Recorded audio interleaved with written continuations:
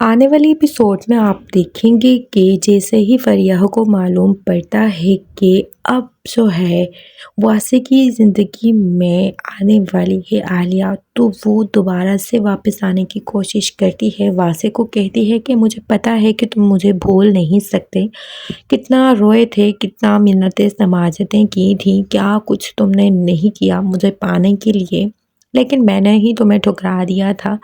लेकिन अब जो तुम जिस लड़की के साथ नज़र आ रहे हो, वो बिल्कुल तुम्हें डिज़र्व नहीं करती। तुम्हारी चॉइस इस तरह की हो सकती है, मेरे बाद तुम्हें वही मिली थी मेरे मुकाबले पर लाने के लिए क्या?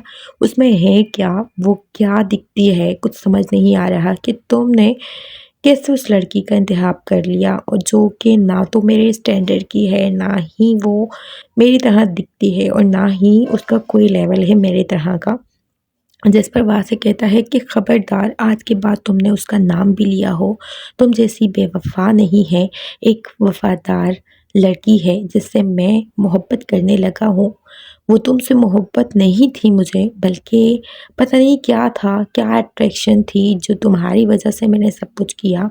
अब ऐसा नहीं होगा, तुम्हारी वज़ह से मैं किसी को जो है अब कुछ नहीं करूँगा। जो कुछ मैंने अपनी फैमिली को तुम्हारी वज़ह से परेशान किया है, अब ये ना सोचना कि अब यही सब कुछ मैं आलिया के साथ भी करूँगा, ऐसा कभी नहीं होगा। और ना ही अब मैं तुम्हारी बातों में आकर एक वफ़ादार लड़की को खो सकता हूँ। जिस पर फरिया वासे को कहती है कि शायद वो तुम्हें भी जो है चीट कर रही होगी। मुझे तो ऐसा ही लग रहा है, क्योंकि मुझे दिखने में तो कुछ इतनी शरीफ सादी नहीं लगी वो।